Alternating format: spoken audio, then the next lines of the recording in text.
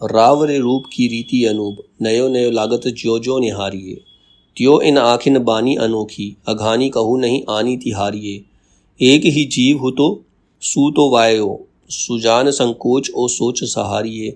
रोके रहे ना दहे घनानंद बावरी, रीजी के हादन हारिये। नायक जो है अपनी प्रियतमा के क्षण क्षण नवीन दिख पड़ने वाले रूप के प्रति आंखों के रुझान का वर्णन करता है। मतलब जब वो अपनी प्रेमिका को देखता है तो हर क्षण उसमें एक नवीनता दिखाई देती है, उसको पुराना कुछ नहीं दिखाई देता। मतलब हर समय उसको एक नवीनता उसके चेहरे के अंदर, उसके रूप के अंदर हर क्षण एक नवीनता दिखाई देती है अपनी प्रेमिका में। उसका वर्णन करते वो कह रहा है कि सुजान के रूप की तो गति ही अनूठी है, उसे जब जब देखा जाता है तब तब उसमें नवीनता दिख पड़ती है। मतलब जब जब देखा जाता है मतलब उससे बोर नहीं होता, हमेशा कुछ ना कुछ उसके चेहरे में, उसके रूप में कुछ नया ही दिखाई देता है।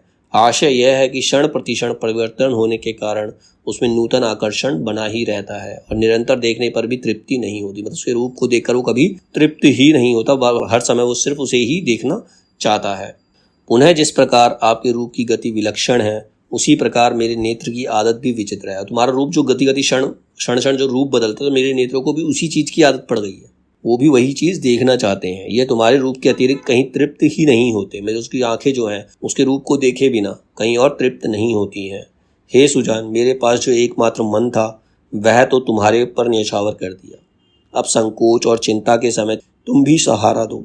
मैं तो पगली रीछ के हाथों स्वयं को हार चुका हूँ। मतलब अपनी जो मन से, अपने खुद से ही वो हार चुका है। मेरा अपना कोई अस्तित्व नहीं रह गया है। इसी से वह रीझ मेरे प्रयास करके रोकने पर भी नहीं रुकती है। मतलब वो तुम्हें देखने के जो ललक है, मैं खुद को रोकना चाहता हूँ, नहीं देखना चाहता, लेकिन फिर भी नहीं रोक पाता हूँ। और विषम प्रेम की स्थिति के कारण मुझे निरंतर ये जलाती ही रहती है। उस विरह अग्नि के अंदर मैं जलता ही रहता हूँ।